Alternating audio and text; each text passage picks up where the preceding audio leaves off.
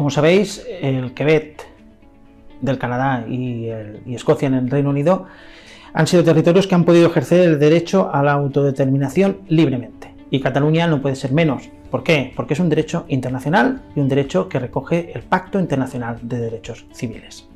Soy Manuel Bueno, presidente de Súmate, de la asociación que trabaja para la gente y que lo que queremos es construir un país de y para todos. Por eso queremos ejercer el derecho a la autodeterminación. Y sobre todo porque queremos una república social. Una república basada en los pilares básicos de una sociedad, que son la educación y la sanidad. Una república y por tanto un país donde la diversidad y la pluralidad sean sus ejes. Y una república con un valor muy importante, que no importa de dónde vengas ni lo que hables, sino lo que importa es el destino. Por tanto, la lengua nunca, nunca, nunca será un conflicto, sino todo lo contrario, es un instrumento de cohesión social. Por eso nosotros queremos la república, por eso queremos ejercer el derecho a la autodeterminación y por eso, como tantos represaliados están juzgados o siendo juzgados por este tema, queremos la amnistía.